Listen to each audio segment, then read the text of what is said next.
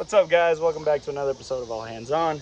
So things have changed a little bit. Dusty is no longer the current build. Problem with Dusty is I can't get any spark, and I've checked everything. I've done the CPS, I've done the starter relay, I've done the coil, I've went through all the wiring, I checked ohms and voltage to the CPS, everything. I'm just not getting any spark. I know I'm not getting any signal coming to the yellow wire that comes to the ignition module. Oh my god. So I know it's not relaying a signal. It could be a wiring issue. I'm tired of it. I'm tired of dealing with it. We have Dusty 2.0 now. So I actually went and bought another Jeep. It's a 2008 Jeep Wrangler JK 2-door, and I love it. I got a really good deal on it, and it's really something I would love to build because I've never had one before. I've had 3 Cherokees. So honestly, the Cherokee, although it's in mint condition, it is for sale if anybody would like to buy it. Although it's in mint condition, I'm just tired of building Cherokees. I've had 3 of them, so I'm done with those. It's time to move on to other things. I still have the Dodge, haven't sold that yet, but I'm gonna give you a little tour on the JK, so stay tuned. So this is the JK that we bought. It is a right-hand drive. So this is actually a 2-door right-hand drive JK that was used for a male. Yeah, so I'm gonna get some seats for this thing eventually. And right now, really the only pressing issue I'm having is the brake caliper started leaking. Now the brakes on this were super bad. I'm gonna post some pictures now.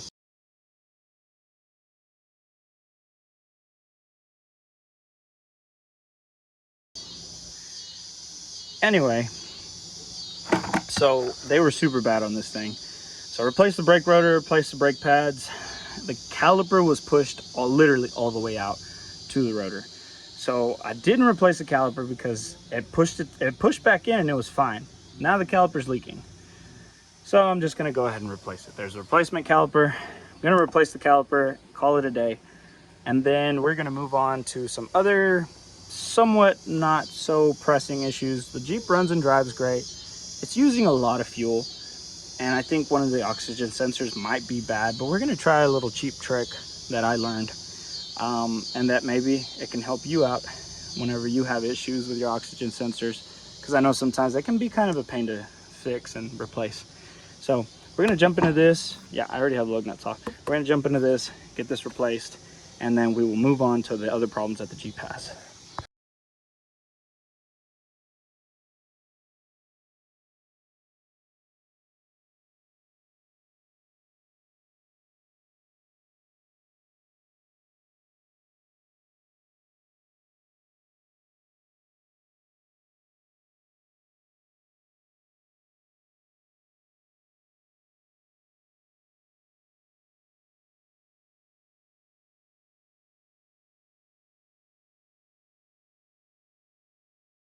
All right, so we got it all put back together. The brakes have been bled.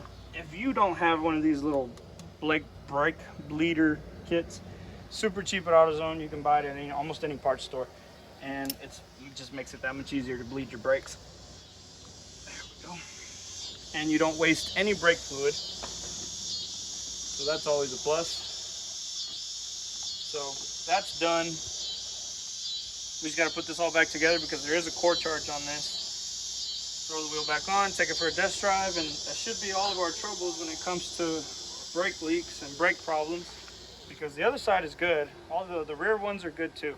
So here in a minute, I'll show you the rest of what the Jeep needs, and we'll get the diagnostic tool out so that I can show you. And then I'm going to show you what I'm going to actually use to try and fix it. Kind of a cheap fix, but it's better than spending another $80 on the oxygen sensor. So stay tuned for that. All right, so we got the diagnostic tool. We're gonna go ahead and put it to the on position so that the computer's on. So we're going to go ahead and read these codes. Diagnose, OBD2, processing,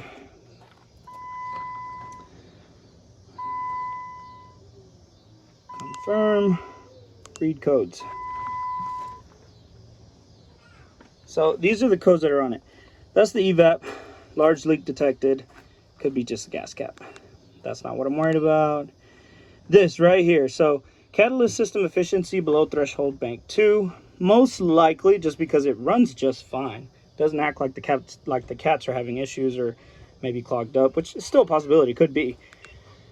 And then threshold bank 1. And that's it. So, yep.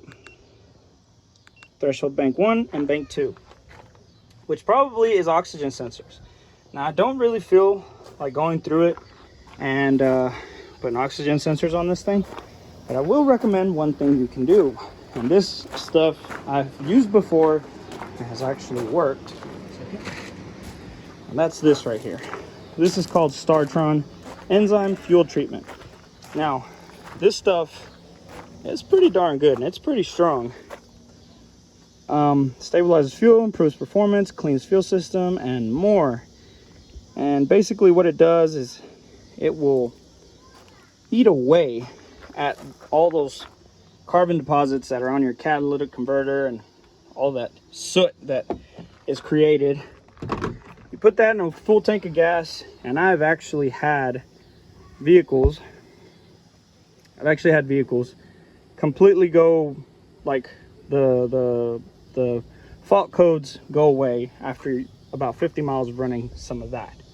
So, and the funny thing is, so when I got this vehicle and I ran the diagnostic codes, it was actually showing catalyst efficiency upstream bank 1, downstream bank 1, upstream bank 2, downstream bank 2.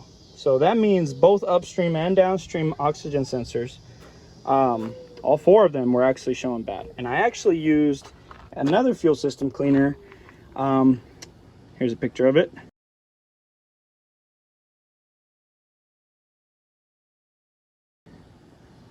Okay, and I used that, and actually it did help because now it's just showing catalyst efficiency low bank 1 and bank 2. So I'm not sure if it like fixed the oxygen sensors, and maybe now I am having catalytic converter problems. The Jeep's not acting like I am, doesn't smell like rotten eggs, and it's not misfiring or it's not acting funny. So we're gonna go ahead and try that Startron, and we're gonna delete the codes, fill it up, put some Startron in it, and see how it does from there. And then I will update you guys here in about, I don't know, a week, when I will run the codes again and find out if this stuff really works. So y'all stay tuned for that. Future plans for this Jeep, probably a 2.5-inch lift, maybe some 33s. I don't really want to go too big with this thing. I want to keep it as a good daily driver, and I just don't have the money to throw at the gears to re-gear it. So honestly, for now, I may just keep these wheels and tires because I have taken it off-roading a little bit. This thing is stupid capable. It's got a Dana 44 rear end with a limited slip and the Dana 30 on the front, but I mean, it still works great. Four-wheel drive works great. These vehicles are super lightweight, especially this one, seeing it has no interior. So okay guys, so the Jeep is filled up all the way, so we're gonna go ahead and delete the codes that we saw in there last night. And it is dark outside, but it's actually morning. We're going to delete the codes that we saw on there last night that have to do with the oxygen sensor. And then we just filled it up with the Startron enzymes. And right now we're about to head to Whitney to go pick up, oh yeah, it's not going to work without the key ignition on, dumbass. We're actually going to head to Whitney so that we can get some back seats, but they're not actually Jeep back seats. I'm going to be doing something a little bit different with this, and I will show y'all whenever we go. So, I'm going to delete the codes. Okay, confirm. We already know what the codes are, so we're going to erase the codes. Yep. Okay. Please turn ignition on, put the engine off. Please press OK to continue. That's already done. Emissions related diagnostic information has been cleared. Okay, so there we go. So that should go ahead and delete our codes. So we're done. All right, guys, so far we've gone 42.7 miles, still no check engine light. I've been driving it pretty hard, actually, because I know you gotta really get those cats hot, those oxygen sensors hot. So I've been driving it pretty hard. I'm doing about 70 miles an hour right now on the road. So far, no check engine lights came back on. So I'm gonna update y'all maybe in about a day or two after I put some more miles on this thing, and then we'll just go from there. All right, guys. So I was noticing that this exhaust is pretty big and probably really heavy. So I feel like taking it off. This thing's pretty quiet. I think just by taking this muffler off, it'll liven it up a little bit. I'll be able to hear the engine a little bit more. Hopefully it's not obnoxious, but we're gonna do a before and after of what it sounds like with the exhaust and without. So this is gonna be the before, okay?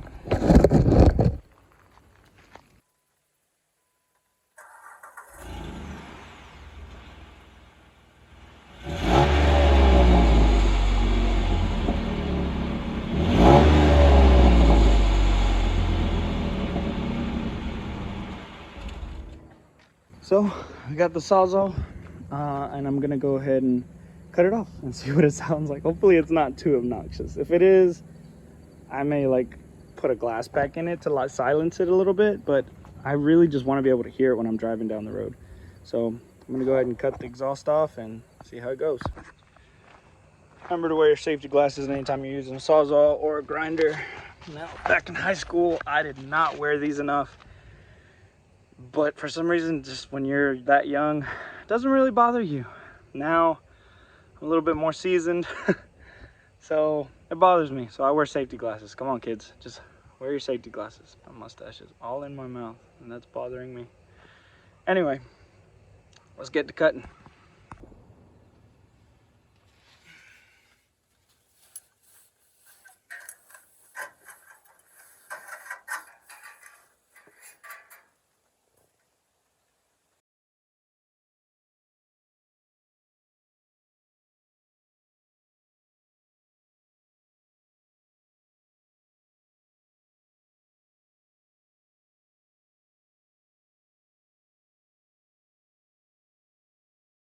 Yes, I know, this Sawzall sucks.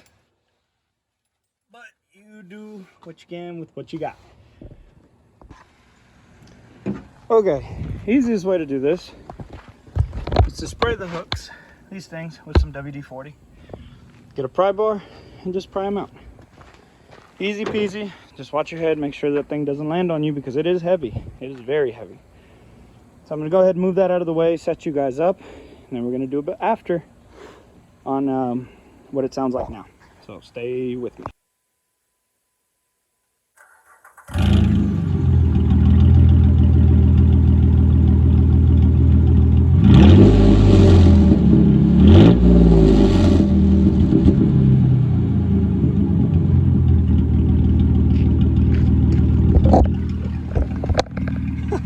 Actually doesn't sound half bad for a little V6. Not bad.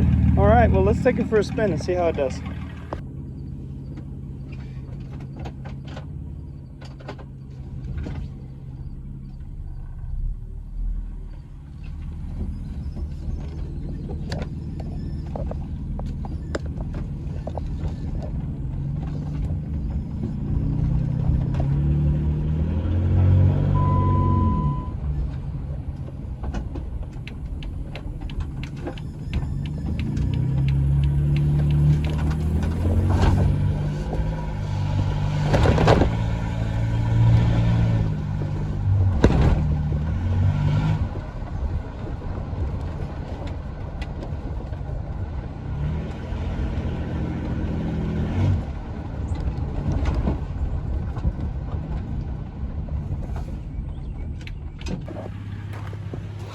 All right, we made it back to the house.